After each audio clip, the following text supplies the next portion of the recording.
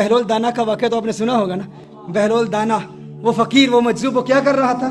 دجلہ کے کنارے ریت کے ساتھ مکان بنا رہے تھے. بچے بنا رہے ہوتے ہیں نا, ریت کے مکان بنا رہے ہوتے ہیں. تو بادشاہ وقت کا گزر ہوا, اس نے کہا فقیر کیا کر رہے ہو, فقیر کیا کر. یہ فقیروں کی باتیں ہیں, یہ اللہ کے پیاروں کی باتیں ہیں, ہر ایک کو سمجھ نہیں آتی. یہ نہ سیاستدانوں کو سمجھ آتی ہے, نہ سو کولڈ انلائٹنڈ مسلمز کو سمجھ آتی ہے کہ وہ مکان بنا رہے تھے. تو بادشاہ کا گزر ہوا تو اس نے کہا کیا بنا رہے ہو؟ اس نے کہا جنت میں محلات بنا رہا ہوں, جنت میں محلات بنا رہا ہوں, پیلسز ان جنہ, I'm building palaces in جنہ.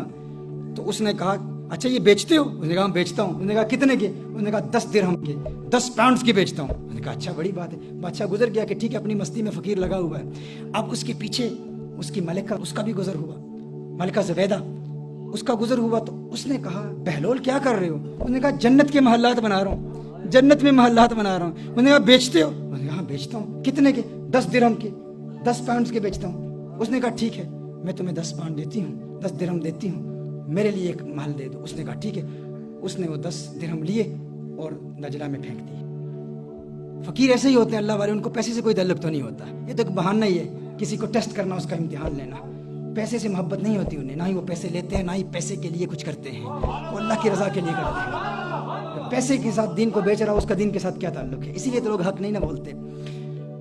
پر بادشاہ گھر گیا, محل میں گیا تو رات کو سو گیا تو خواب دیکھتا ہے. لوگ جنت میں جا رہے ہیں, دیکھتے ہیں جنت میں ایک محل بنا ہوا ہے, بڑا ہی خوبصورت محل ہے. اس محل کے اوپر نام لکھا ہوا ہے زبیدہ, اس کی بیوی کا نام لکھا ہوا ہے. جاتا ہے فوراً, دربان روک لیتا ہے. اس نے کہا کہاں جا رہی ہے؟ اس نے کہا میری بیوی ملکہ ہے, اس کا محل ہے. اس نے کہا نہیں, وہ دنیا کے معاملات اور ہیں.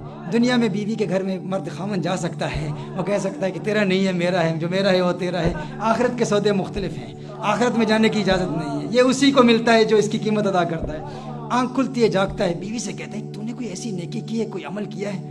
میں نے تیرے لیے بڑے خوبصورت خواب دیکھی ہے, تجھے بڑے بلند مقام پر دے گا. اس نے کہا میری تو ایسی کوئی نیکی نہیں ہے, معمولات کے مطابق جو نیکیاں ہیں وہی ہیں, اور کوئی نیکی نہیں. ہاں ایک بات یاد ہے کہ کل دجلہ کے کنارے وہ بہلول نہیں ہے مجذوب فقیر, وہ جسے لوگ پاگل دیوانہ کہتے ہیں, وہ بیٹھا ہوا محلات بنا رہا تھا.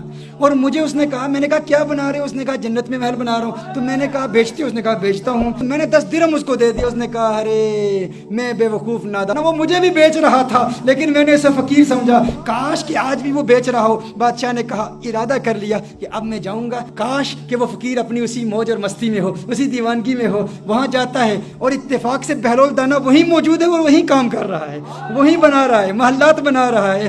پوچھا فقیر بہلول کیا کر رہے ہو؟ کہا جنت کے محلات بنا رہا ہوں. کہا بیچتے ہو؟ کہاں بیچتا ہوں. تو وہ اپنے جیب میں ہاتھ ڈالتا ہے 10 درہم نکالنے کے لیے, ابھی نکال ہی رہا ہوتا ہے تو پوچھتا ہے کتنے کے ہیں؟ اس نے کہا آدھی سلطنت, ہاف آف یور کنگڈم, آدھی سلطنت, آدھی سے. اس نے کہا اللہ کے بندے کل 10 درہم کے بیچ رہے تھے, آج آدھی سلطنت. اس نے کہا کل تم نے دیکھا نہیں تھا نا, آج دیکھ کے آئے ہو. وہ بغیر دیکھ کے جو سودا ہوتا ہے وہ 10 درہم میں ہوتا ہے, اب دیکھ کے آئے ہو تو اب آدھی سلطنت لگے گی.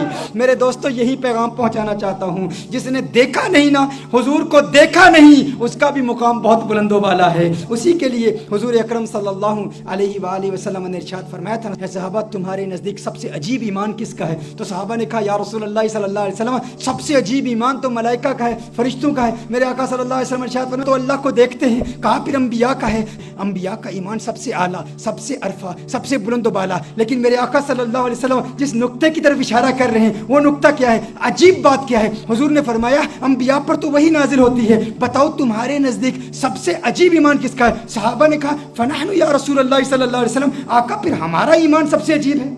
حضور نے ارشاد فرمایا تم تو میرے چہرہ والضحیٰ کو دیکھتے ہو, تم تو مجھے دیکھتے ہو. کہا پھر یا رسول اللہ صلی اللہ علیہ وسلم آپ خود ارشاد فرما دیں. اب آقا کی حدیث کا مفہوم اپنی زبان میں پیش کر رہا ہوں. میرے آقا نے ارشاد فرمایا ہے میرے صحابہ ملائکہ کا ایمان بہت بلند, انبیاء کا ایمان بہت عرفہ بہت اعلیٰ, صحابہ کا ایمان بہت عرفہ بہت اعلیٰ, لیکن مجھ محمد کے نزدیک سب سے یونیک ایمان, سب سے عجیب ایمان میرے ان عاشقوں کا ہے جو کبھی مجھے دیکھیں گے بھی نہیں اور 1400 سال بعد آ کر میری ایک جھلک دیکھنے کے لیے اپنی جان مال اولاد قربان کرنے کے لیے تیار ہو جائیں گے. مجھ محمد کے نزدیک میرے ان عاشقوں کا ایمان سب سے عجیب ایمان ہے.